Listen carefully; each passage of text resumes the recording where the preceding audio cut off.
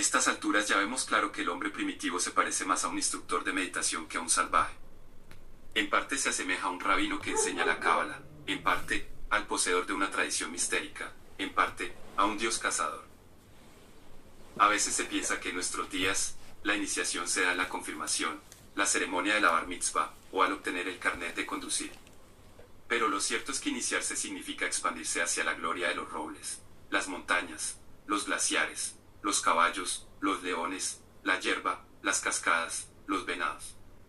Aquello que impida al hombre acercarse a la cascada y al tigre le matará. La historia de Juan de Hierro suscita recuerdos de ceremonias iniciáticas en Europa del Norte que se remontan a 10 o 20 mil años. La labor del hombre primitivo es enseñar al niño cuán abundante, variada y polifacética es la masculinidad. El cuerpo del niño hereda habilidades físicas desarrolladas por generaciones de ancestros, y su mente hereda poderes espirituales desarrollados siglos atrás. La labor del iniciador, se trate de un hombre o de una mujer, pasa por enseñarle al niño o a la niña que es algo más que carne y sangre. Un hombre no solo es una máquina de protección, caza y reproducción, una mujer no es solo una máquina de protección, recolección y reproducción, puesto que cada uno lleva deseos que superan ampliamente lo que se requiere para la supervivencia física. William James elogia el número y el carácter fantástico e inútil de las necesidades del ser humano. Las metáforas de la historia de Juan de Hierro se refieren al conjunto de la vida humana, pero están orientadas hacia la psique del varón. A un joven se le pide que descienda a sus propias heridas, que ascienda al reino del gemelo, y que se expanda hacia la conciencia que habita en los árboles, el agua, los animales y las 10.000 cosas. Cuando un joven alcanza esta triste comprensión, o cuando completa estos 3 viajes, su pelo se vuelve de oro. Esto no resuelve todos sus problemas, al contrario, le añade otros nuevos, empezando por el mismo pelo de oro. 3. El camino de cenizas, descenso y dolor. Hemos llegado a una nueva sección de la historia, y podemos evaluar los progresos hechos por el niño hasta el momento. Siguiendo al hombre primitivo, el hijo del rey no ha tomado el camino de la delincuencia, la drogadicción o la deshonra, al contrario, ha sido elevado a lo que hay de grandioso en él. Es como si en la escuela hubiese tenido como maestro a Pau Casals. Como si éste le hubiese enseñado lo que es el genio, y comentándole el dedo de oro, le hubiese convencido de que él tenía uno. También aprendió a confiar en su cuerpo, pelo, instintivo y, finalmente, ha visto ojos mirándole desde el agua y, por extensión, mirándole desde la hierba, los árboles, las montañas. Aprendió que el mundo entero está en llamas. Todo es inteligente. Todo su pelo se convierte en oro. Semejante enseñanza puede tener extraños efectos. Si alguno de nosotros tuviese tan buena fortuna, un amigo probablemente nos advertiría que corremos el riesgo de volvernos demasiado grandes. Es más, el niño recibió estas enseñanzas cuando era demasiado joven. Ese es uno de los problemas de ir a una fuente sagrada con un hombre primitivo. Y, sin embargo, la mayoría de nosotros recibimos similares enseñanzas, aunque las lecciones nos lleguen de forma fragmentaria, una porción ahora y una porción después, dispersas en meses y en años. Para algunos, la enseñanza que se refiere a los ojos le llegó durante la niñez, época en la que nos sentimos asombrados por los bosques y jardines y supimos que estaban vivos. La enseñanza del pelo de oro nos llegó a los 12 o 14 años, cuando impelidos por el instinto sexual tuvimos la primera erección, o nos enamoramos perdidamente, y supimos que era bueno, muy bueno. Más tarde, con la adolescencia, empezamos a experimentar habilidades mentales o físicas que nunca habíamos siquiera imaginado. Todos hemos sentido alguna vez que éramos hijos de reyes y reinas, y que de alguna forma habíamos aterrizado por equivocación en nuestra prosaica y sosa familia. Nuestra grandeza estaba ya en nosotros, sin que ningún hombre primitivo visible nos hubiera llevado a su fuente mágica. Conocemos el sentimiento de grandeza, y queremos tenerlo todo el tiempo. Para mantener el sentimiento de grandeza, un niño puede negarse a recordar episodios feos de la niñez, desviar la mirada de la confusión, el abuso, el abandono o la falta de protección, y pasar por alto la indiferencia, las adicciones o el lado oscuro de sus padres. En apariencia, los animales no tienen que preocuparse tanto por la inflación, pero nosotros somos seres humanos, y un poco de oro, o de sentimiento de genialidad, puede elevarnos a grandes alturas de las que luego no querramos bajar. Fue Robinson Jeffers quien, hablando del conocimiento científico del ser humano y su consiguiente grandeza, dijo: un pequeño conocimiento, un grano de arena de la playa, una gota de los océanos. ¿Quién hubiese soñado este exceso infinitamente pequeño? ¿Qué ocurre? Al ser elevados, Los jóvenes pueden volverse cisnes blancos, grandes arribista, o chicos voladores, del mismo modo que las jóvenes elevadas pueden volverse chicas voladoras, y ambos hacen el amor con seres invisibles a grandes alturas. Los pensadores jungianos han hecho bien en señalar y describir este fenómeno, y los términos puera eternus, niño sagrado o eterno, y polla eterna, niña sagrada o eterna, a muchos les resultan familiares. Los jungianos han descrito al niño eterno con lujo de detalle y el libro Puera Eternus, de Marie-Louise von Franz, es un clásico.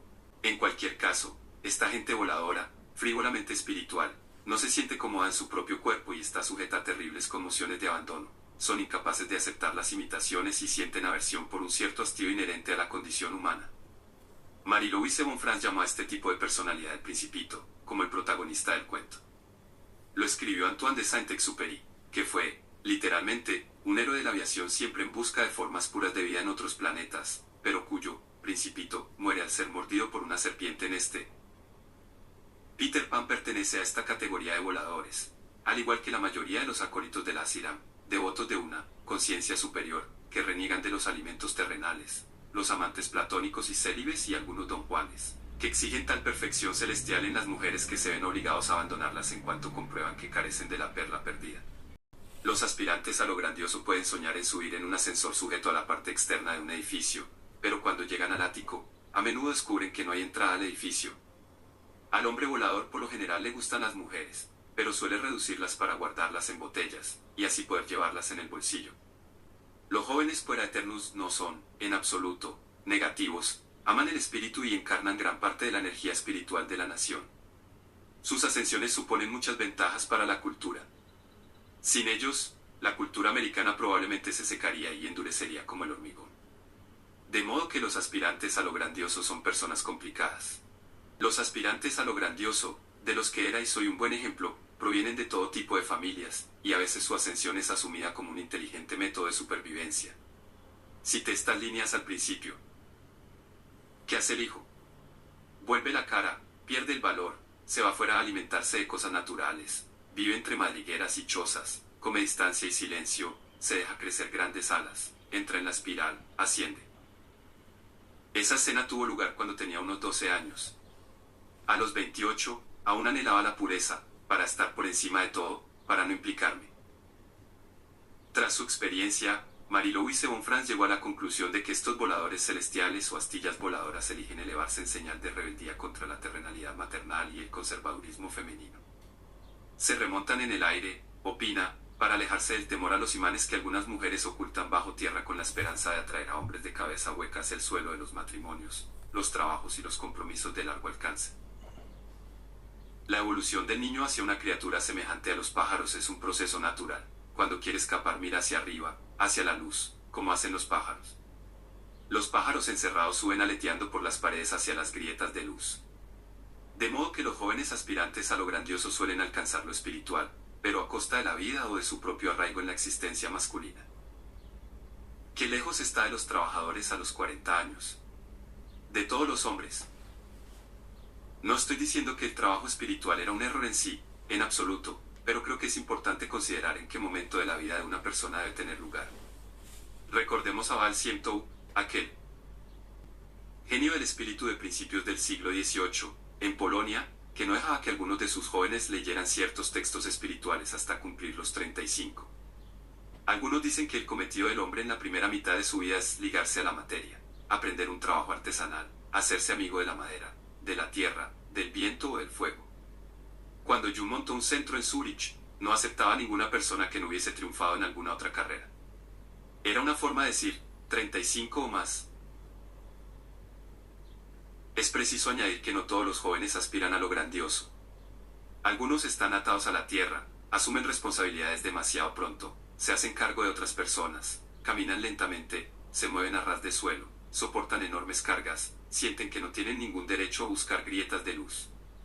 La tradición familiar ha suprimido la grandiosidad del hijo desde temprano. A veces, en esas familias, las mujeres están sobrevaloradas. Los hombres, no, los hombres toman el camino del descenso. No se convierten en artistas o músicos, su vida transcurre a la altura de las suelas de sus zapatos. En algunos cuentos de hadas se les llama zapateros, y describen la tensión que existe entre ellos y los sastres, de corazón más elevado. La cultura de escasez de la Edad Media europea, por nombrar una sola cultura de escasez, no da muchas oportunidades de ascensión a sus jóvenes. Nuestra cultura de abundancia, o de derecho, pone muy pocos límites, y para muchos estudiantes universitarios, la diosa de la necesidad es casi desconocida. El niño de nuestro cuento se encuentra ahora en el momento de la ascensión. Como tal, es similar, para bien o para mal, a millones de personas de la cultura americana actual. Si pretendemos cambiar algo en la vida de hombres y de mujeres, conviene que observemos cuidadosamente a estos aspirantes a la altura, a estos astres o voladores, y podemos observarlos a la luz de estas tres palabras: pasividad, ingenuidad e insensibilidad. Sabemos que la tendencia de las mujeres a la elevación es muy intensa y extendida, pero creo que una mujer podría hablar con mayor precisión que yo acerca de su naturaleza, por lo que lo más apropiado es que sean ellas mismas las que la describan. De modo que aquí nos limitaremos a las aspiraciones de elevancia de los hombres. Sabemos que durante cientos de miles de años los hombres se han admirado entre sí y han sido admirados por las mujeres, en particular por su actividad. Tanto hombres como mujeres acudían antaño a los hombres cuando tenían que aventurarse en lugares peligrosos, armarse de valor para atravesar una cascada o desempolvar las colas de los jabalíes. Creían todos que si los hombres lo hacían bien, las mujeres y los niños podrían dormir seguros. Pero en la actualidad los jabalíes se han convertido en cerdos en el corral, y los caudalosos ríos en la fuente del patio del Museo de Arte Moderno. La actividad por la que antaño eran amados los hombres ya no existe. Los hombres se atrevían a penetrar en el reino de los animales, a plantarles cara, a luchar contra ellos, a luchar con el alma del animal, aprendían sus danzas, atravesaban el velo que les separaba de ellos. Algunos hombres, llamados chamanes, penetraban también en el reino de los espíritus, luchaban contra ellos, les vencían y salvaban a gente que había caído enferma por su maligna influencia. Los hombres eran amados por su sorprendente iniciativa, navegaban en inmensos océanos, levantaban de la nada una granja en terrenos agrestes, concebían negocios, los llevaban a cabo hábilmente, trabajaban en cosas nuevas, hacían lo que nunca antes se había hecho. Los jóvenes vikingos se ejercitaban caminando en el extremo de los remos sin que los remeros dejaran de remar. Hasta hace muy poco nadie elogiaba a las mujeres por su actividad. Durante siglos han tenido que vivir en la inevitable pasividad que les exigían monjes, médicos, filósofos, moralistas, teólogos y jueces. Ahora que las mujeres empiezan a asumir actividades, son los hombres los que desertan y ahogan por la pasividad. La pasividad del hombre suave del primer capítulo suele sorprender mucho a las mujeres. Durante los últimos 30 años, se les ha exigido a los hombres que aprendan a dejarse llevar por la corriente, a seguir en lugar de dirigir, a vivir de forma no jerarquizada, a ser vulnerables, a adoptar decisiones consensuadas.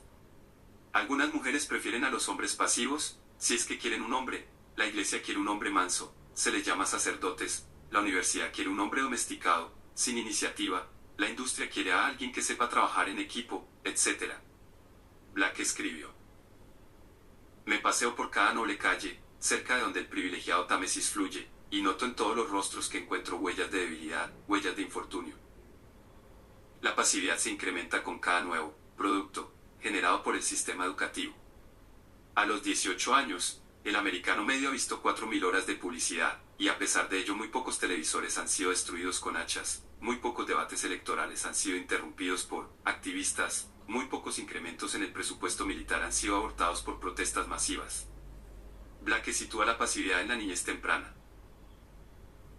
Forcejeando en las manos de mi padre, luchando contra mis pañales, atado y cansado, pensé que era mejor enfurruñarme sobre el pecho de mi madre. El niño forcejea con las manos de su padre, combatiendo el deseo narcisista paterno de atarle o asesinarle, y lucha contra los pañales, combatiendo el deseo narcisista materno de convertirle en lo que la madre quiere. Cuando el niño fracasa en el intento de liberarse, Black dice que opta por enfurruñarse. ¿Con qué frecuencia se enfurruñan los adultos ante la peculiar interpretación que puede hacer una mujer de su comportamiento, tan distinta del suyo? A los 20 años, podemos pasarnos una semana en un enfurruñamiento de ese tipo. Después de todo, no parece tanto tiempo, y durante ese tiempo probablemente nos negaremos a hablar sobre nuestros heridos sentimientos, y hasta puede que no hablemos en absoluto. En semejante estado de ánimo nunca gritamos, chillamos ni pataleamos, implican demasiada actividad. Cuando un hombre se enfurruña, se vuelve pasivo respecto de sus propias heridas. Cuando no aparece ningún hombre mayor para romper el confinamiento del niño enfurruñado, el hábito de la pasividad puede extenderse a otros aspectos de su vida. El hombre pasivo, por ejemplo, puede pedirle a la mujer que ella ponga el amor por ambos. Hablar no lo es todo, pero es una parte de la relación amorosa, como puede ser el comprar regalos, el llevar a término una conversación, el elogiar a la otra persona, el mantener el hilo de la intimidad. En Intimate Partners, Maggie Scarf señala que en aproximadamente 3/4 de los matrimonios americanos se da esta curiosa situación: la mujer quiere más intimidad y el hombre la rehúye. Ella le persigue, pero no lo bastante rápido como para cogerle, y él huye, pero no lo bastante rápido como para alejarse. Este juego puede durar años. Es posible que el hombre pasivo no exprese sus deseos, y que la novia o esposa tengan que adivinarlo. Como compensación a la pasividad doméstica, en el trabajo puede dedicarse a la producción de robots, pero tampoco es eso lo que quiere. Podemos ir más allá. El hombre pasivo puede pedirle a sus hijos que se hagan cargo del amor de la familia. Los niños suelen observar a sus padres con gran perspicacia. El equipo de terapeutas de Murray Bowman, especializado en ansiedad familiar, se dedica a estudiar los grados de ansiedad y quién las asume.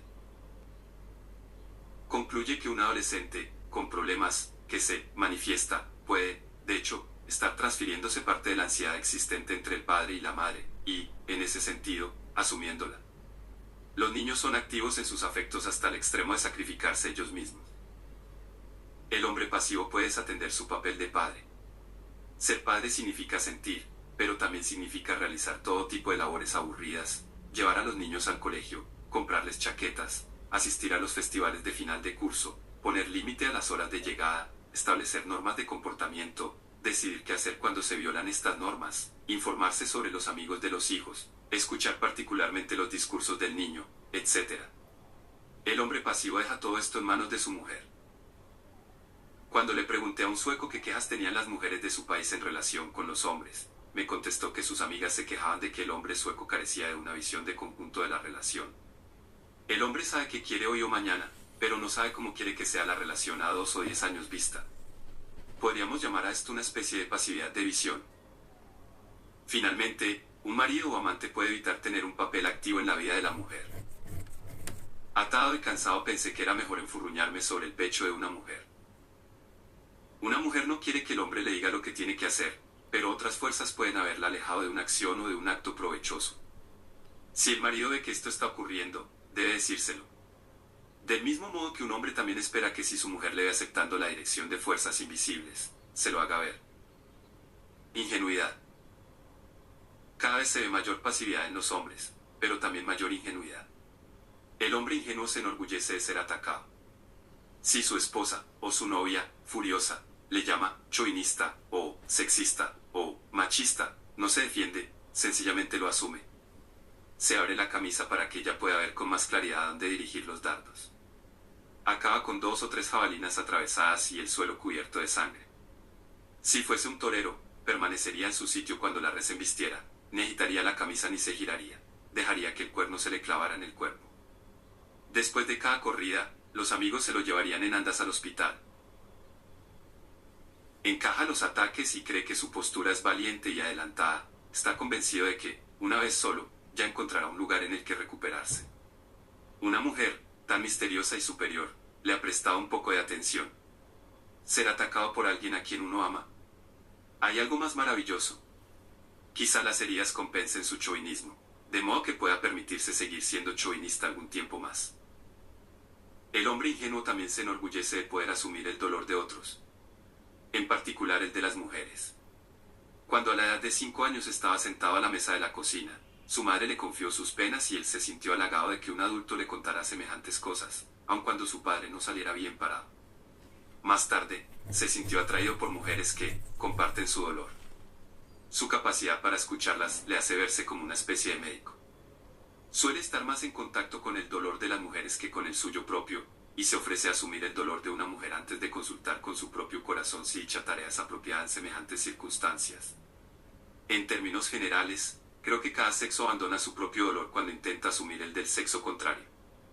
No quiero decir con ello que los hombres no deban escuchar a las mujeres. Pero escuchar la problemática de una mujer y asumirla son cosas distintas.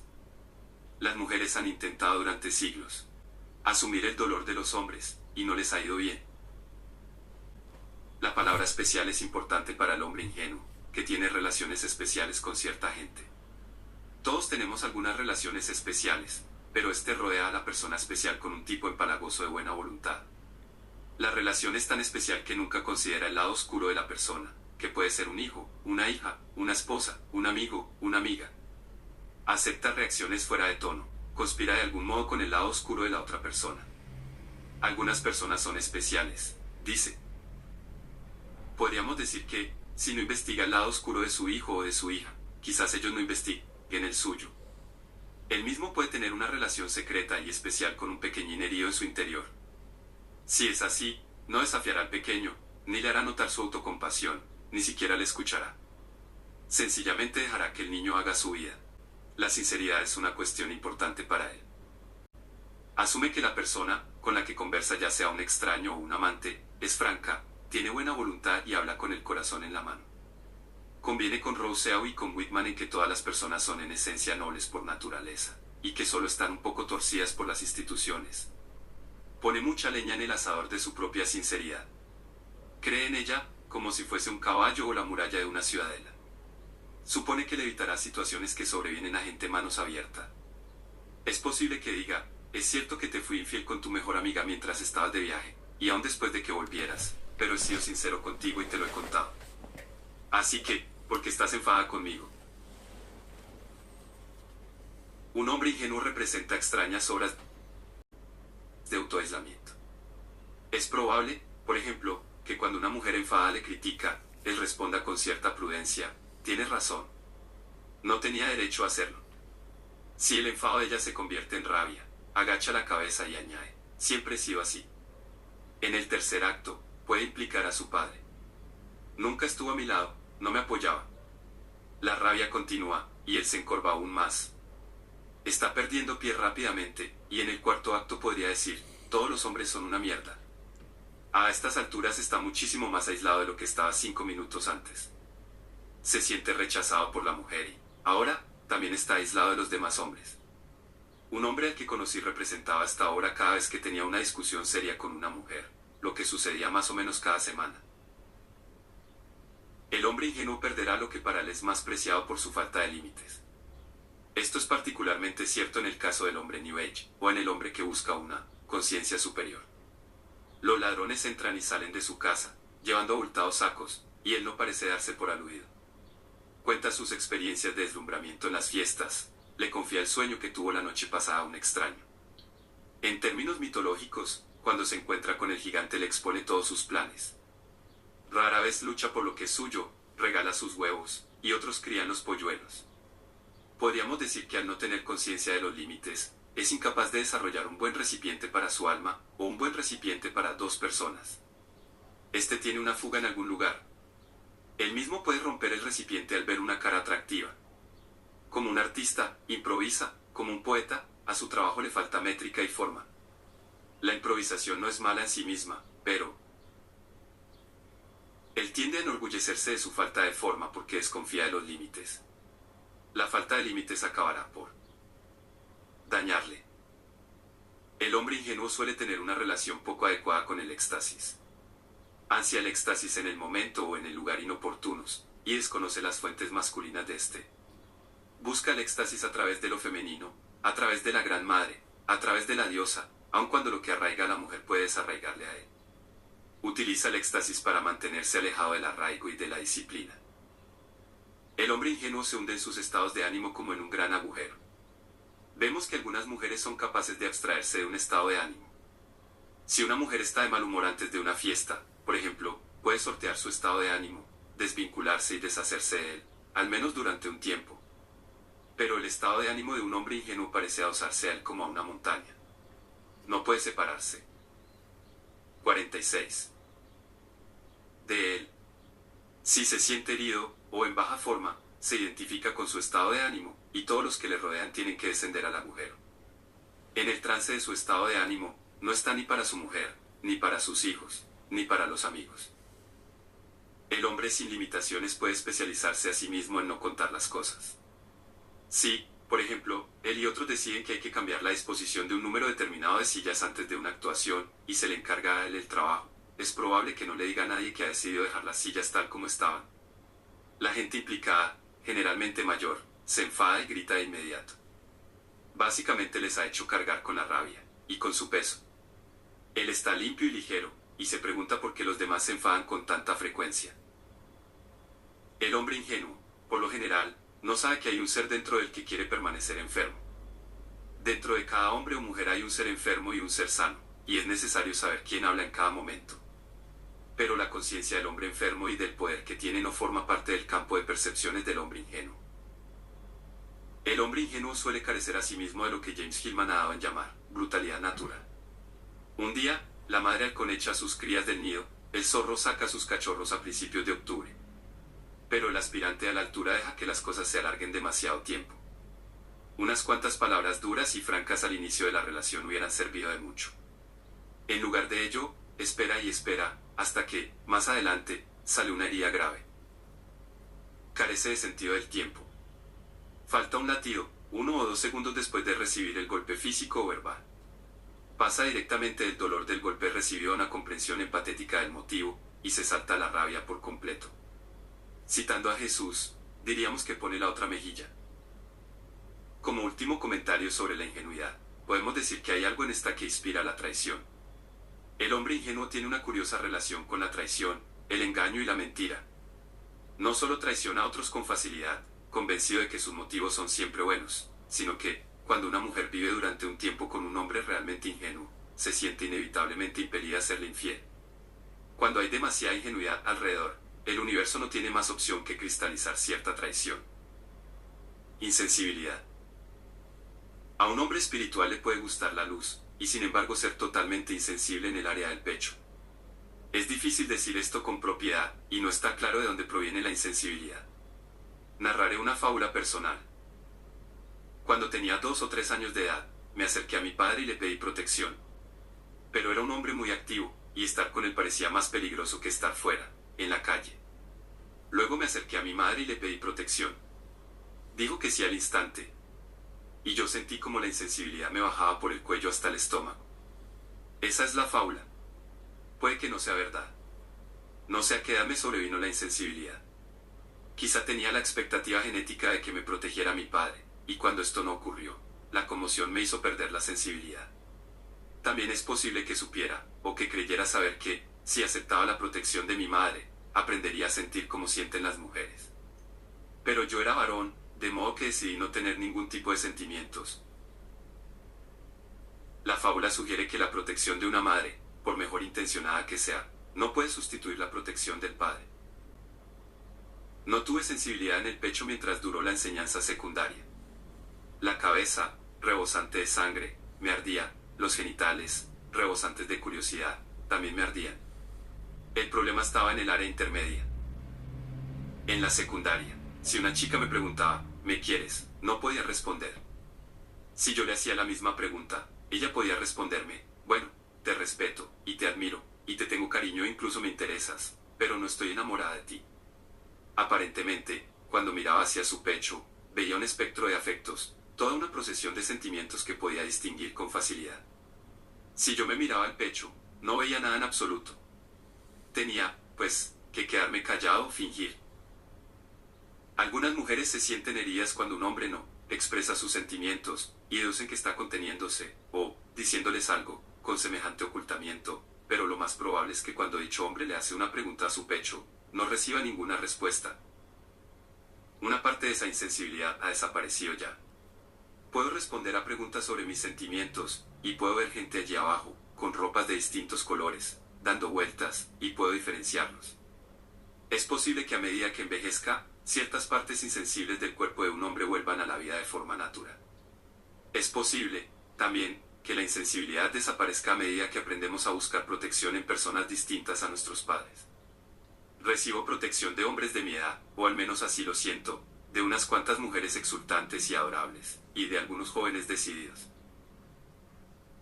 El cuento, trabajo en la cocina. Si el niño de oro de nuestra historia es un aspirante a la altura y un volador tras dejar la fuente, entonces Juan de Hierro no se equivoca cuando, en esencia, le dice, ahora ya sabes mucho sobre el oro, pero nada sobre la pobreza. De hecho, le dice, sabes mucho sobre el ascenso, pero nada sobre el descenso. La historia lo narra así.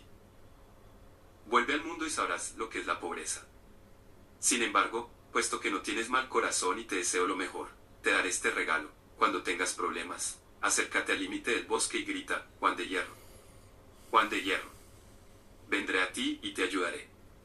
Mi poder es grande, más grande de lo que crees, y poseo oro y plata en abundancia. El hijo del rey abandonó el bosque y recorrió caminos buenos y malos hasta que, por fin, llegó a una gran ciudad. Allí buscó trabajo, pero no pudo encontrar ninguno. No había aprendido ningún oficio con el que poder ganarse la vida.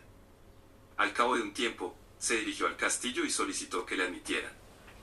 La gente de la corte no sabía en qué menester podían utilizarlo, pero les cayó en gracia y le dijeron que se quedara. Por fin le tomó el cocinero a su servicio, y le dijo que se ocupara de la leña y del agua, y que barriera las cenizas. Pasar de príncipe a cocinero es el paso que exige la historia. Cargar la leña y agua, trabajar en el sótano del castillo, donde está la cocina, supone caer por debajo del suelo, el descenso, la humillación, el ir hacia abajo y hacia afuera. Encontramos esa frase en Sin Blanca en París y Londres, de George Orwell.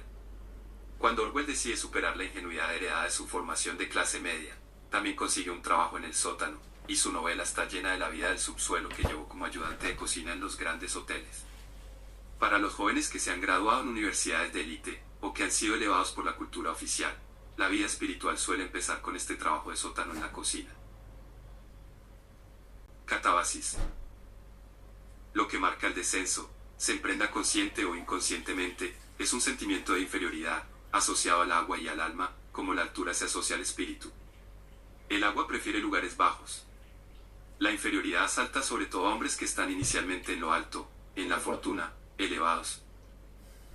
El ir hacia abajo y hacia afuera suele separar al joven de sus compañeros voladores y de su apoyo, y le hace consciente de una depresión que puede haber estado habitando inadvertidamente en él durante años.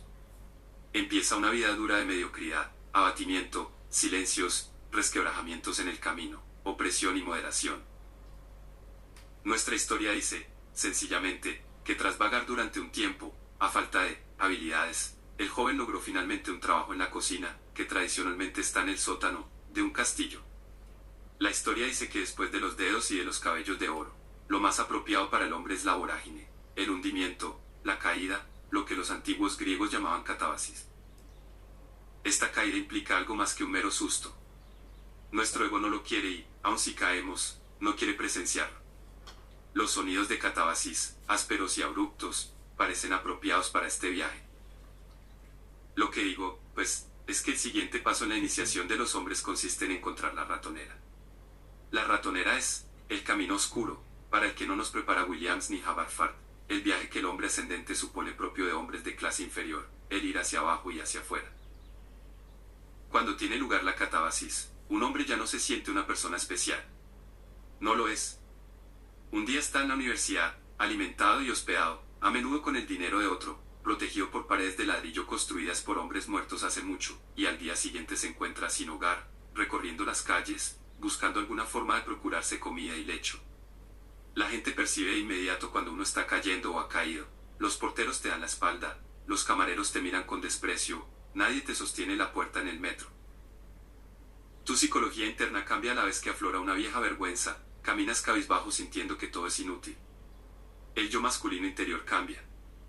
Mientras aún somos grandes e ingenuos, dentro de nosotros vive un joven de rostro resplandeciente, expectante, optimista, acicalado, un príncipe.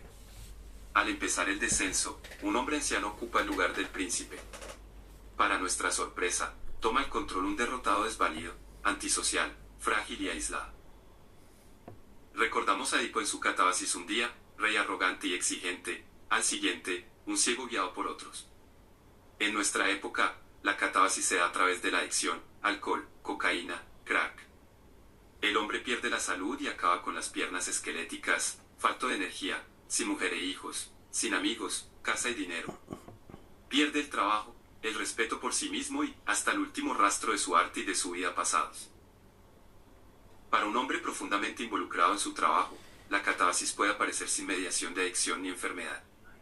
A un hombre le va bien en su trabajo, lleva una vida dulce en el hogar con su familia, disfruta de los fines de semana en el lago Tahoe y un domingo por la mañana se encuentra a sí mismo en el patio con una pistola cargada a punto de apretar el gatillo. Vive, pero pierde, hasta el último jirón de su arte y de su vida pasados. Recordamos que los hermanos de José le meten en una gravera. La versión árabe dice que en un pozo seco. Unos días después, le venden a los comerciantes de esclavos, que, a su vez, le llevan aún más lejos, a un tercer descenso en un calabozo tras ofender a la mujer del comandante. Es como si de algún modo la vida le rechazara. Hay muchas formas de ser rechazado: un accidente serio, la pérdida del trabajo, la ruptura de una larga amistad, un divorcio, una crisis nerviosa, una enfermedad. Se dice que, cuando un amigo le decía entusiasmado a Jun: "Acaban de ascenderme", este le respondía: "Me apena mucho escucharlo, pero si seguimos unidos, creo que lo superaremos". Sí, por el contrario, un amigo llegaba deprimido y avergonzado, diciendo: "Me acaban de despedir", Jun le respondía: "Abramos una botella de vino, qué buena noticia, ahora ocurrirá algo bueno". El joven de El hermano hollinoso del diablo, un cuento de los hermanos Grimm, se encuentra con un hombre oscuro mientras pasea por el bosque justo después de ser licenciado del ejército. Acepta un trabajo de fregaplatos en un lugar subterráneo, uniendo en la misma imagen la cocina y el descenso. Cabe decir por tanto que el rechazo es una situación buena y sagrada como antesala del descenso. Juan de Hierro, pues, rechaza al niño tras los 3 días junto a la fuente. Sabemos que los hombres del siglo XIX eran insensibles al sufrimiento femenino. The Madwoman in the Attic, de Sandra Gilbert y Susan Guar, describe la intensidad de ese sufrimiento.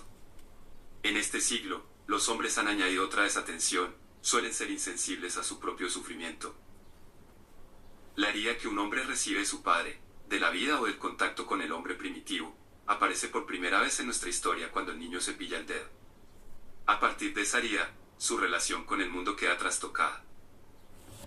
Algunos padres administran nuestra herida con frialdad o indiferencia, pegándonos, con el abuso verbal o sexual, tratándonos como si no fuésemos nada o inculcándonos una vergüenza fundamentalista. Como mencionamos en el último capítulo, un hijo puede sumergir la herida en agua terapéutica o ritual para darle entrada en su conciencia, para sentir su injusticia, su enormidad, su efecto dañino sobre su espontaneidad y su alegría, su conexión con su rabia abierta o encubierta. Trabajar en la cocina significa intensificar la inmersión.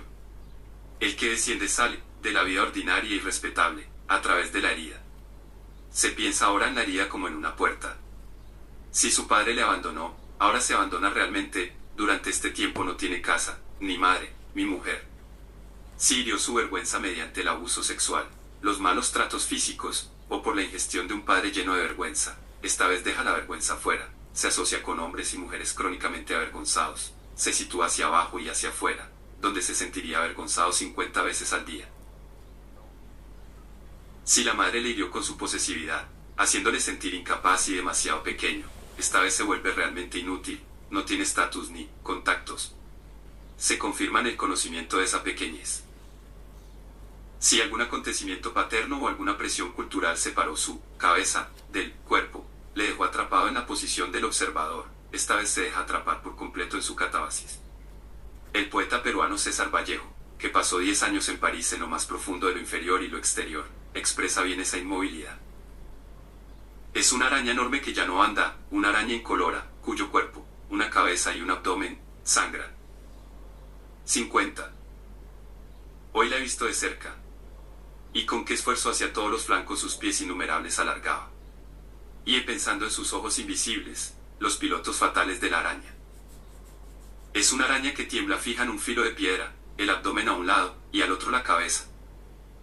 Con tantos pies la pobre, y aún no puede resolverse. Y, al verla atónita en tal trance, hoy me ha dado que pena esa viajera. Es una araña enorme, a quien impide el abdomen seguir a la cabeza. Y he pensando en sus ojos y en sus pies numerosos. Y me ha dado que pena esa viajera. El método de Vallejo ha sido descrito como una salida heroica a través de la herida. No sale, como el héroe, a través del heroísmo, ni a través de su invulnerabilidad, como el guerrero, sino a través de la herida. Escribió Vallejo en otro poema. Yo nací un día que Dios estuvo enfermo. El ir hacia abajo y hacia afuera no requiere necesariamente pobreza, desamparo y un empleo de fregaplatos, pero sí parece requerir, en cambio, una pérdida de categoría, pasar de ser humano a araña, de persona de clase media a derrotado. El énfasis recae sobre la conciencia de la caída. En el divorcio, cuando la seguridad emocional de un hombre amenaza con desintegrarse, este puede desandar su camino por la puerta mientras mira películas cómicas, o asumir la verdadera oscuridad de la puerta que hay frente a él. El divorcio, o inclusive el matrimonio, puede ser el resultado de alguna herida de niñez del hombre, pero, en cualquier caso, la crisis o la disolución del matrimonio reaviva la herida. El divorcio es, para la mayoría de los hombres, una especie de rechazo, como si a uno lo hubiesen despedido de un trabajo que asumió el día de la boda. Y la agonía de la separación de la figura de una sustituida de la madre, la sensación de inadecuación entre exigencias de más dinero, falta de calor o encanto en la nueva casa, sensación de rechazo y de aislamiento cuando la comunidad retira parte de su aprobación y su apoyo, las dudas que propicia el cambio, todo esto se añade a un nuevo tipo de soledad. Si el hombre se niega a ser consolado, y considera todos los malestares como astutas manifestaciones de una herida aislante recibida en la niñez, entonces puede utilizar el divorcio, igual que cualquier otro fracaso serio, como una invitación para cruzar el umbral de la puerta, aceptar la catarsis, sumergirse en la herida y, a través de esta, salir de su vieja vida. A menudo el momento de la catarsis no está exento de su propio humor negro. Un profesor espiritual al que conocía llegó en cierta ocasión a una bifurcación en la carretera que llevaba a su casa tras dar una charla sobre la ilustración.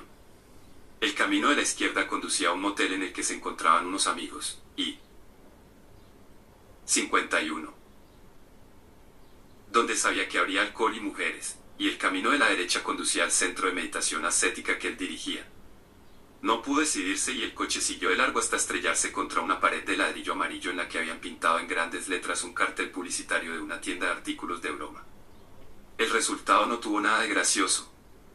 Cuando dejó el hospital tenía un lado paralizado y permaneció así el resto de su vida. Recuerdo estas historias con una sensación temerosa. Las energías que exige la catarsis tienen grandes poderes bajo su control. El clima es el de la frase de Cristo: no saldrás hasta haber pagado el último céntimo. La catarsis lleva también implícito el concepto de desastre, introduciéndolo tal vez por vez primera en la vida del hombre. Otro hombre, entregado a su disciplina espiritual, un volador pero también un esforzado trabajador, siempre dispuesto a ayudar a la comunidad, vio cómo ardían unos arbustos a un lado de la carretera. Detuvo el coche y al bajar corriendo para ayudar a apagar el fuego vislumbró algo por encima de su hombro izquierdo. Un segundo más tarde un coche que volaba por los aires lo aplastó contra el suelo. También él acabó en el hospital, con las costillas y la pelvis rotas, tendido boca arriba. Hasta el día de hoy, el barco de su vida ha seguido flotando. La mayoría de nosotros, a decir de Thomas Transtromer, desplaza lastre de un bolsillo al otro para mantener el barco. De pronto, el barco se vuelca. Al tocar el agua, el náufrago se acuerda de los que se hundieron una noche con el Titanic en las heladas aguas, la gran montaña de hielo flotando a pocos metros de distancia.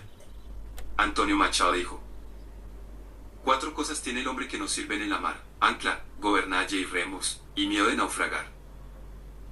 Un pastor luterano de nuestro pequeño pueblo de Minnesota había sido capaz de mantener a flote su bote en las envidiosas aguas turbulentas de la congregación. Actúa con firmeza, y emplea la firmeza con su hijo de 16 años, que insiste en utilizar el coche de la familia, inclusive después de que el padre le ha dicho que no. El chico lo roba.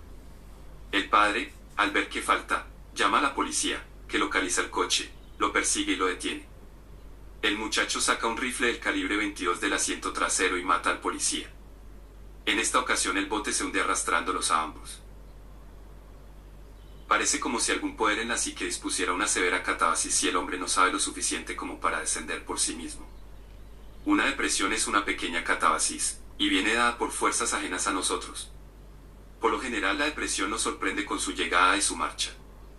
En la depresión nos negamos a descender, de modo que aparece una mano que nos hunde.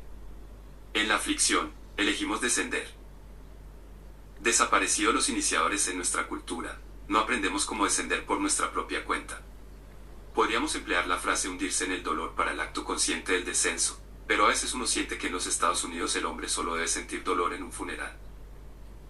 Algunos grupos sufíes turcos empiezan su trabajo nocturno repitiendo una palabra que les recuerda el dolor de lo que no han hecho el año pasado. La emoción no gira en torno al pecado, la culpa o la vergüenza, sino a las omisiones.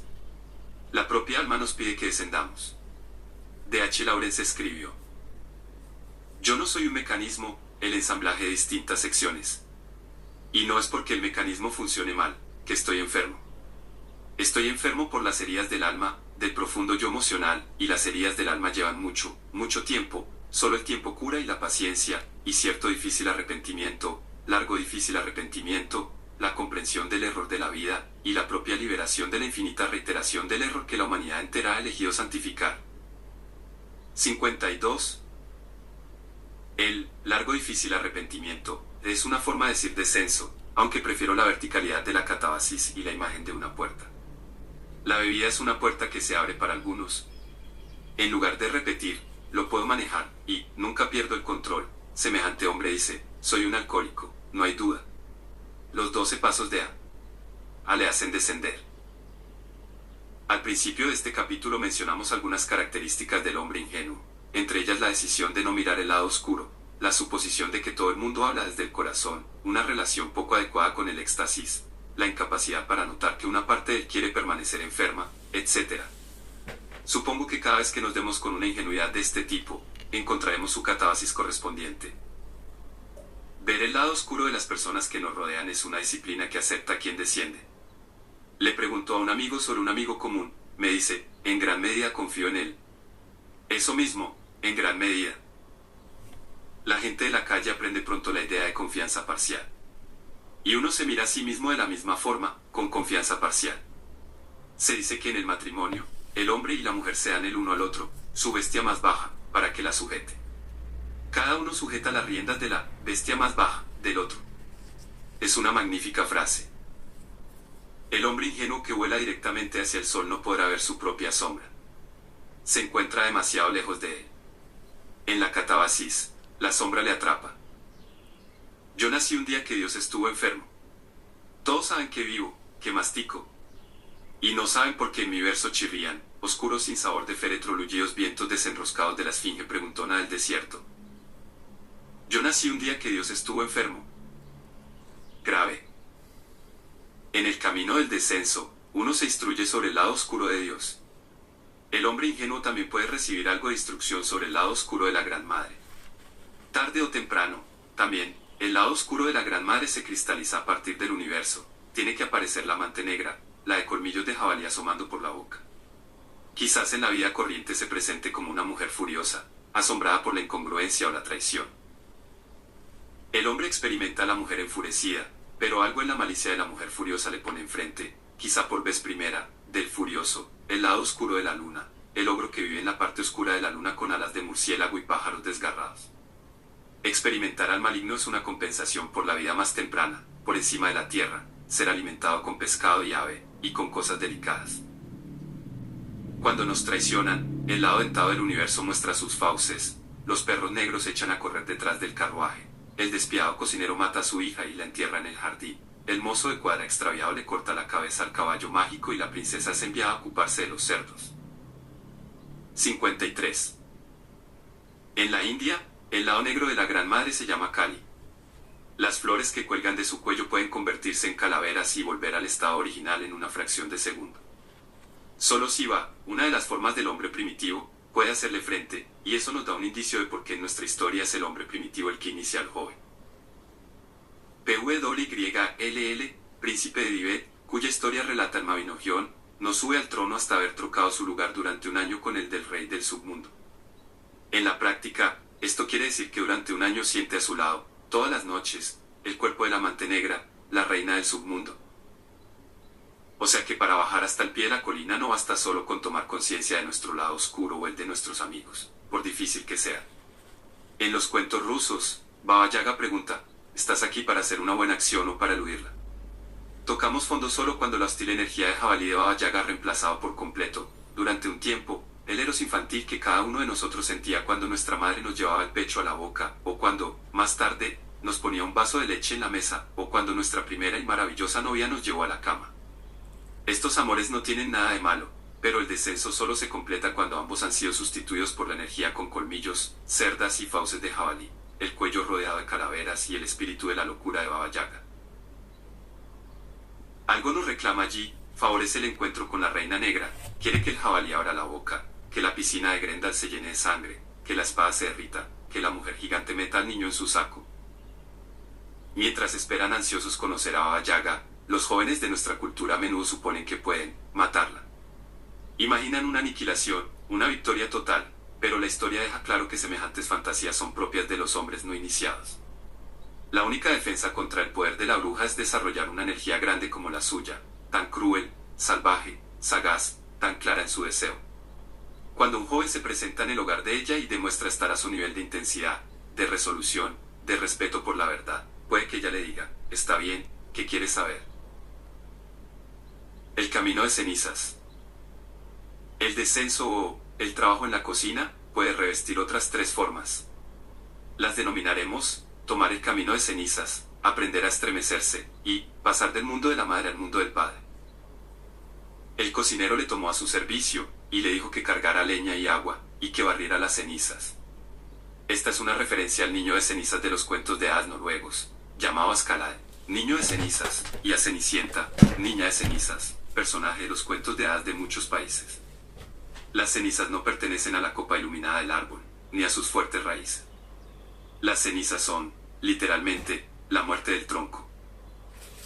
En los cuentos de hadas, cenizas es una palabra clave para designar el tiempo ceniciento, hollinoce, depresivo, hacia afuera. En nuestros días, ser destinado al fogón es una especie de castigo, pero en los cuentos de hadas dicha tarea recae sobre el afortunado hijo tercero, que es el tono mágico y ceniciento, y sobre la afortunada hija tercera, Cenicienta, la hija mágica y sufrida. Encargarse del fogón es el trabajo apropiado para estos dos hijos. Sabemos qué sensación producen las cenizas en las manos. Qué ligeras son. Parecen polvo sobre las yemas de los dedos. Las cenizas son a veces de color canela, a veces gris pálido, o blancas como el encaje, delicadas como alas de insectos desplegadas. Las cenizas se depositan en las arrugas de los dedos, resaltándolas, haciéndolas más visibles, más claras a nuestros ojos. Con cenizas podemos tomar nuestras propias huellas digitales. 54. Vivir la vida de cenizas es muy distinto que caer en la catábasis. No implica un descenso en la escala social. No es tan fulminante, en las cenizas hay una especie de serenidad, incluso de letargo. Según el erudito noruego R. K. Isar, en la época de los vikingos a los jóvenes se les permitía hasta 2 o 3 años de cenizas. Los noruegos de aquel tiempo vivían en grandes casas comunales, no muy distintas de las de los indios de la costa oeste. En su libro sobre los antiguos escandinavos, Caesar los describe durmiendo en grupos de 30 o 40 camas dispuestas a lo largo de las paredes. En el centro de la habitación colocaban un enladrillado que hacía las veces de hogar. El humo salía por unos agujeros en el techo. Las cenizas se disponían en montones a 70 o 90 centímetros del enladrillado, entre este y las camas. A veces los jóvenes se recostaban en el espacio que quedaba entre el fuego y el montón de cenizas, y allí pasaban 2 o 3 años. Se les podía ver constantemente acurrucados junto al ruego, rodando sobre las cenizas, comiendo cenizas, sin preocuparse por hacer algo útil ni por mantenerse aseados.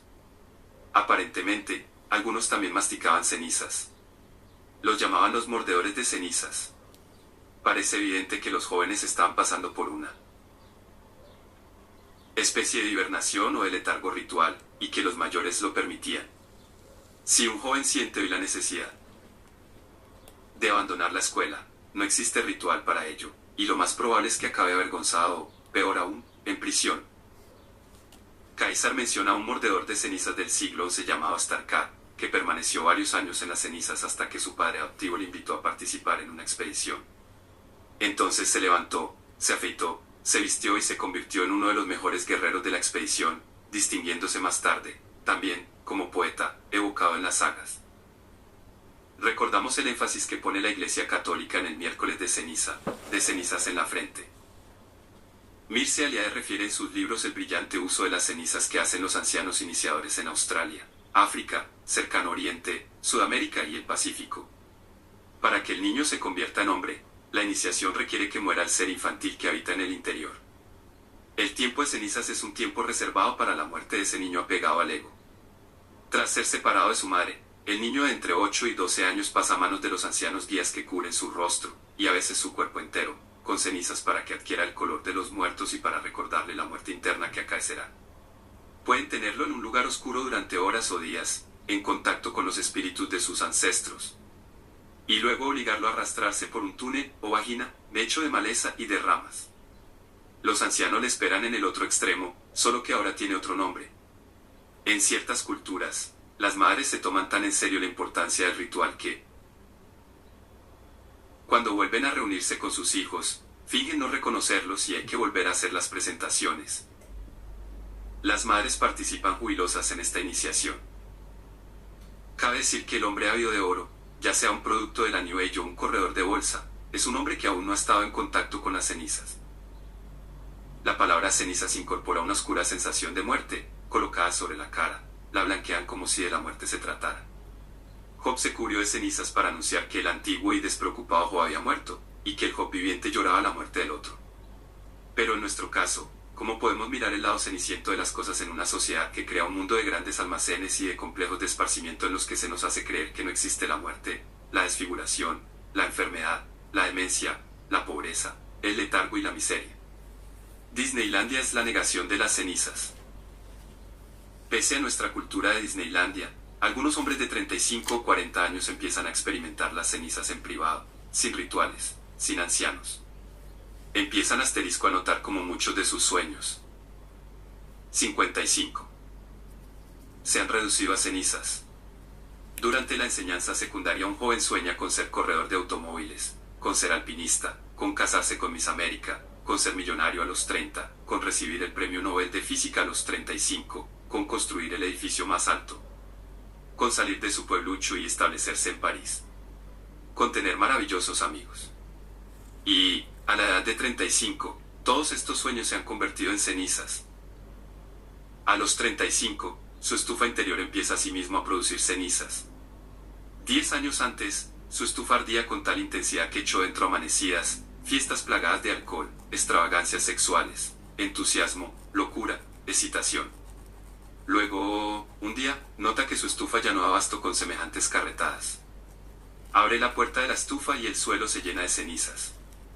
Es hora de comprar una pequeña pala negra en la ferretería y de ponerse de rodillas.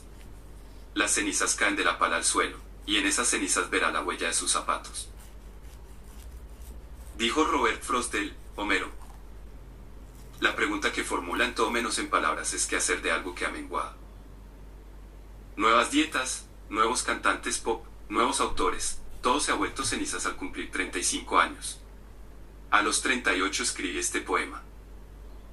Esos grandes montones de nieve que se detienen de pronto a 3 metros de casa. Pensamientos que van tan lejos. El muchacho acaba la escuela y no vuelve a leer libros. El hijo deja de llamar a casa. La mujer abandona su rodillo y no vuelve a hacer pan. Y, una noche, en una fiesta, la esposa mira a su marido y descubre que ya no le ama. La energía abandona el vino, y el pastor cae al dejar la iglesia. No se acercará más. El que está dentro retrocede, y las manos no tocan nada, y están a salvo. El padre llora a su hijo, y no está dispuesto a abandonar la habitación donde se encuentra el féretro. Él deja a su mujer, y ella duerme sola. Y la marea sube y baja toda la noche, la luna atraviesa sola los cielos despejados. La punta del zapato gira en el polvo. Y el hombre del abrigo negro se vuelve y baja la colina. Nadie sabe por qué vino, o por qué se fue y no trepó la colina. Los habituales errores que seguimos cometiendo en nuestras relaciones producen más cenizas que calor. Varios hombres de 35 años me han dicho que se resisten a empezar una nueva relación por temor a que acabe como las últimas 10 o 12, en cenizas. Pero los jóvenes no se cansan de acumular cenizas. Los adictos a la iluminación creen que en su asociación con el gurú buscan el éxtasis, pero es posible que en realidad lo que buscan son cenizas. Sin un fogón al que arrimarse, sin un hombre primitivo que nos envíe allí, el joven se cubre la cara de hollín y espera que su madre no le reconozca. Dice Pablo Neruda: de todo lo que he hecho, de todo lo que he perdido, de todo lo que he ganado sobresaltadamente, en hierro amargo, en hojas, puedo ofrecer un poco. Aquí estoy con aquello que pierde estrellas, vegetalmente, solo. De Bruselas. 56. Las cenizas suponen una gran mengua del árbol viviente, de su enorme copa y de su abundante sombra. El reconocimiento de esta mengua es una experiencia apropiada para hombres mayores de 35. Si un hombre no experimenta con claridad esta mengua, se mantendrá inflado y seguirá identificándose con todo lo que en él pueda volar, su vigor sexual, su mente, su negativa a comprometerse, su adicción, su trascendencia, su frialdad. La frialdad de ciertos varones americanos les viene de haber eludido las cenizas. Franklin Roosevelt encontró sus cenizas en su parálisis, Anwar el-Sadat, en su prisión, Solzhenitsyn, en el Gulag. Algunos de nuestros escritores más vitales, John Steinbeck, William Faulkner, Thomas McGrath, Tilly Olson, David Ignatov, Kenneth Rexroth, encontraron sus cenizas en la pobreza de la depresión. La catábasis y las cenizas no son exactamente lo mismo. Cabe decir que un hombre efectúa su catábasis cayendo, empobreciéndose, descendiendo abruptamente en la escala social, y la prisión es un lugar tradicional para experimentar tanto la catábasis como las cenizas. Pero si sabe lo que se hace, un hombre puede conservar su trabajo y su familia y aún así experimentar las cenizas. En su libro In Midlife, Murray Stein sugiere que lo que yo denomino tiempo de cenizas puede compararse a la búsqueda del cadáver. En algún lugar de nuestro pasado hay un cadáver. Puede que sea el haber elegido mal nuestra carrera profesional, una relación naufragada, el cadáver de un niño avergonzado. Después de que Aquiles matara a Héctor, su padre, Príamo, quiso llevarse el cadáver a Troya para darle un funeral apropiado. Con la ayuda de Hermes, el del casco invisible, Príamo guió a Príamo, refiere Stein, con la complicidad de la noche, pasa a las líneas de los griegos, al corazón de su campamento. De modo que para encontrar el cadáver tenemos que deslizarnos de noche, pasar a la línea. Eso exigen las cenizas. Requiere astucia y sigilo. Requiere la ayuda de un dios. Aprender a estremecerse. El descenso tiene una tercera cara, a la que denominaremos aprender a estremecerse. Entre los cuentos de los hermanos Grimm hay una historia sobre un joven que parecía normal en todos los sentidos excepto que no podía estremecerse. Intentaron infundirle miedo de distintas formas, fantasmas, ahorcados, gatos demoníacos, cadáveres en ataúdes, pero nada de esto surtió efecto. Los niños pueden estremecerse con facilidad, y un niño suele romper a llorar cuando ve un animal herido. Pero luego desarrolla su propio sistema de autocontrol, y algunos niños empiezan a torturar y a matar insectos para perfumar su propia insignificancia. En ese momento, los niños se vuelven titanes. Los titanes habitaban el mundo antes que los dioses. Fue un titán, Cronos, el que castró a su padre Urano, y luego devoró, a medida que fueron naciendo, a cada uno de sus hijos, excepto a Zeus. A la larga, Zeus acabó por derrotar a los titanes y los recluyó bajo tierra, pero de algún modo se las arreglaron para seguir cerca, y más tarde se comieron, accidentalmente, al inicio su nieto, el que se estremecía, el que sentía dolor. Encolerizado, Zeus redujo a los titanes a cenizas. Pero los seres humanos, se nos dice, nacieron de esas cenizas. El mismo Dionisios fue reconstruido a partir de su corazón, que había caído en manos de los titanes. Hacer que los seres humanos nazcan de las cenizas de los titanes es una idea mitológica maravillosa. Ayuda a explicar nuestra crueldad y frialdad. Desde luego, también recibimos en las cenizas el cuerpo de Dionisios, pero no el corazón, desafortunadamente. Podemos decir, pues, que es Dionisios, el último dios griego, quien guía ese proceso secreto en el que el joven, o la joven, aprende a estremecerse. Después de la adolescencia, un joven necesita aprender precisamente lo que los titanes nunca aprendieron. Es una meta. 57. Legítima de la iniciación. La reciente película Casualty of War expone con brillantez la dificultad de esta iniciación. La película narra un incidente real. 4 hombres de un pelotón de 5 capturan, violan y asesinan a una vietnamita. Desde la óptica del iniciador, ninguno de los 4 es un hombre, son niños brutales, estancados en alguna etapa anterior a las cenizas y el descenso. Están sin hacer, hombres inacabados, peligrosos en su incapacidad para estremecerse. Michael J. Fox representa al 5.º hombre, que se niega a participar en la violación, después intenta salvar a la mujer y, más tarde, denuncia el brutal acto arriesgando su propia vida. El horror a lo que estos titanes hacen estremece. Su capacidad para estremecerse es su aspecto más adulto. La mayoría de nosotros recordamos de nuestra niñez cuánto odian los que no se estremecen a los chicos que pueden estremecerse. Los 4 hombres de esta película amenazan con aislar a Fox, con dejarlo fuera de la comunidad de hombres, violándolo a él si es necesario. Adquirir la capacidad de estremecimiento significa sentir cuán frágil es el ser humano, y qué horrible es ser un titán. Cuando uno se estremece, el temblor ayuda a disipar la insensibilidad de la que antes hemos hablado. Decir que un hombre posee empatía no significa únicamente que ha desarrollado el sentimiento femenino. Desde luego que lo ha hecho, y es bueno desarrollar lo femenino. Pero cuando aprende a estremecerse, también desarrolla una parte del conjunto emocional masculino. Así como Mermes le ayuda a atravesar las líneas para recuperar el cadáver, Dinicio el nieto de los titanes, le ayuda a estremecerse. Trasladarse de la casa de la madre a la casa del padre. Cuando la iniciación es legítima, los ancianos ayudan a los muchachos a trasladarse del mundo materno al mundo paterno. Los niños han vivido felices desde su nacimiento en el mundo de la madre. Sin duda, el mundo del padre les parece peligroso, inestable y lleno de incógnitas. La mayor parte de las culturas describen la primera etapa de la iniciación como una ruptura clara y limpia con la madre. Un día, cuando los niños tienen entre 8 y 12 años, los ancianos sencillamente entran en el recinto de las mujeres y se los llevan. Hasta ese momento, los chicos han vivido exclusivamente con las mujeres. En Nueva Guinea, por citar un ejemplo, los hombres iniciados viven juntos en casas en las afueras de la aldea. Las madres se cuidan mucho de decir nada a sus hijos acerca de los inminentes acontecimientos, conservando el elemento sorpresa. Cuando los hombres se los llevan, los chicos suelen gritar: «¡Sálvame, mamá, sálvame!». De pronto, el mundo de la madre parece maravilloso. Las mujeres oponen cierta resistencia, pero no sirve de nada. Los ancianos se llevan a los niños, por ejemplo, a una isla en la que se ha construido la cabaña del iniciador. Las madres de los niños que están siendo secuestrados aparecen en el puente con lanzas. «Aquí estoy, mamá. Sálvame», gritan los niños, pero los ancianos las disuaden y se retiran. Las madres vuelven a casa, toman café, conversan con las otras mujeres y dicen cosas como: «¿Qué tal lo hice? Fingí serlo bastante agresiva. Estuviste maravillosa». Cuando los temas sexuales, como solemos llamarlos, están claros, las mujeres no se oponen al trabajo iniciático con los chicos, ni suspiran resignadas, sino que participan con entusiasmo y tristeza en el drama que supone.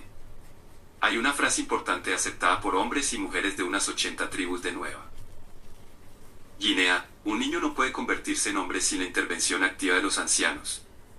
Una niña se convierte en mujer por sí misma, y su desarrollo físico marca el cambio. Las ancianas le cuentan historias, le cantan y celebran. Pero con los niños no hay ningún anciano, ningún cambio. 58. De modo que el primer paso, pues, es una ruptura limpia con la madre. Es lo que ocurre en nuestra historia cuando el hombre primitivo se lleva al niño en hombros. Pero una ruptura es solo una ruptura, y no supone ninguna transformación dentro del niño. La transformación todavía está pendiente. Para la mayoría de nosotros, el proceso aún continúa. En términos sencillos, el niño necesita trasladarse de la casa materna a la casa paterna. Hamlet, de Shakespeare, describe con gran agudeza y conmovedor detalle la dificultad de este cambio. El fantasma le da a Hamlet una orden precisa: «Estremécete ante mi muerte, mira las cenizas de mi reino, abandona tu vida dedicada a los estudios». Pero Hamlet aún no ha aceptado trabajar en la cocina. Conoce bien su genio, pero está estancado en algún lugar. Quizás ha repuesto cuidadosamente la llave bajo la almohada de su madre. A lo largo del drama, lucha por liberarse de su dominio.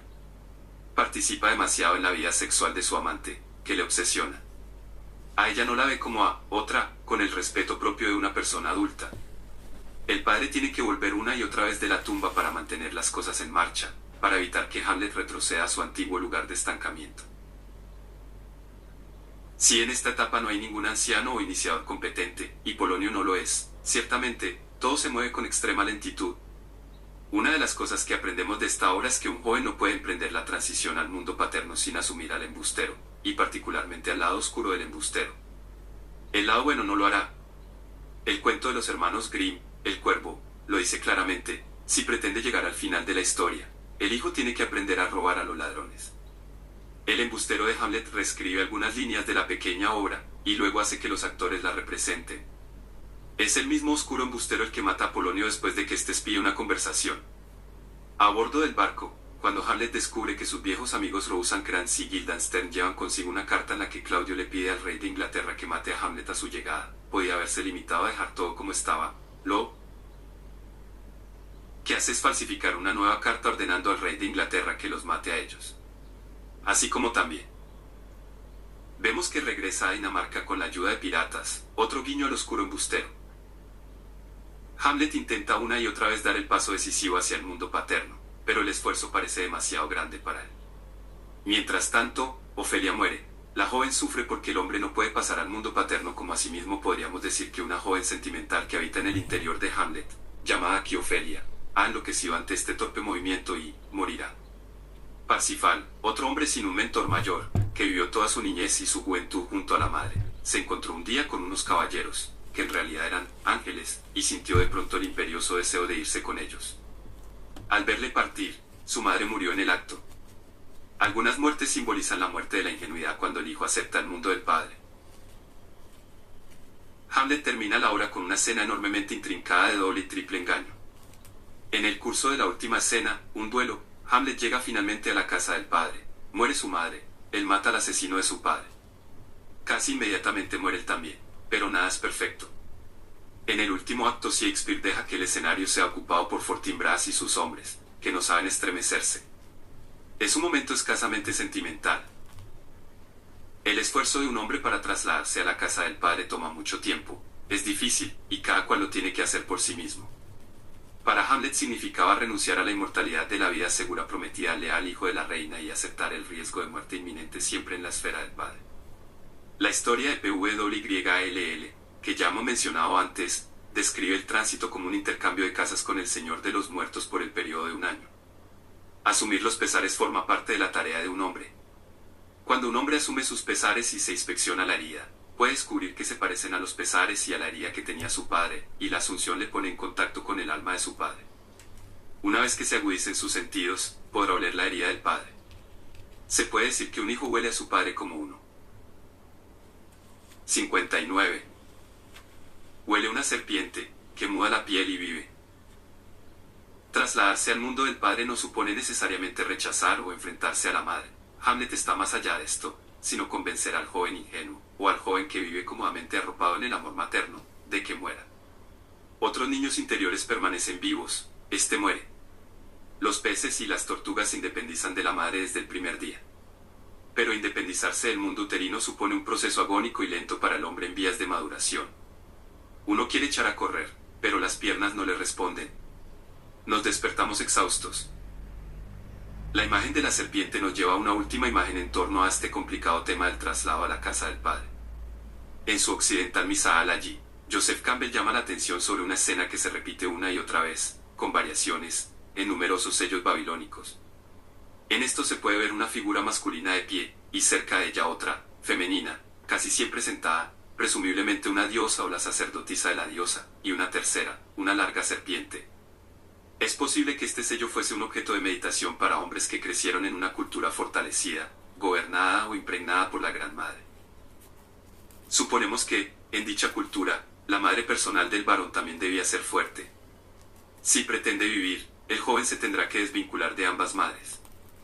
Si no lo hace, no escapará del dominio de la Gran Madre. Campbell especula, la figura masculina que vemos de pie es el cuerpo masculino que el varón recibió de la madre en el útero. Odiarla, conquistarla, destruirla, todas esas fantasías son irrealizables. En lugar de ello, el hombre que medita se liga en la imaginación al padre serpiente. Conviene recordar que el mundo antiguo no consideraba maligna a la serpiente. Por el contrario, era un animal sagrado. Esta serpiente vive bajo las raíces del árbol del mundo, en la tierra, si bien sabemos que las serpientes también se enroscan a las ramas de los árboles. Ligarse al padre serpiente nos recuerda a Hamlet. Al principio de la obra, Hamlet llama a la voz de su padre, Topo, porque se mueve bajo tierra y le habla, ora desde aquí, ora desde allá. Es posible que la identificación con el padre serpiente fuese una típica meditación masculina en el segundo y el tercer milenio antes de Cristo. En siglos posteriores, los hombres han creado otras meditaciones, y podríamos citar, a modo de ejemplo, las meditaciones jesuíticas de finales del siglo XVII. En estas meditaciones, el hombre se desidentifica de la parte que ama la materia de la Gran Madre y de todo paganismo. Mantiene cierta identificación con la Virgen. Se desidentifica de su propio cuerpo poniéndole nombres, castigándolo con insomnios, ayunos y, ocasionalmente, azotes. Se identifica, sin embargo, con un espíritu celestial, incorpóreo, dorado, eterno, superior a todo. No se menciona a la serpiente como fuerza. Es un gran cambio respecto a la primera meditación. En la primera meditación, que, en esencia, se practica aún en la India, en África, En Nueva Guinea y en la Australia aborigen, el joven hace el tránsito para unirse al padre de abajo. El padre de abajo conserva su forma a través de muchos cambios, igual que las serpientes. Más aún, siendo una serpiente, el padre de abajo se asocia con la espina dorsal. Se dice que algún tipo de poderosa serpiente vive en nuestro interior, en la base de la espina dorsal, en la casa de la supervivencia.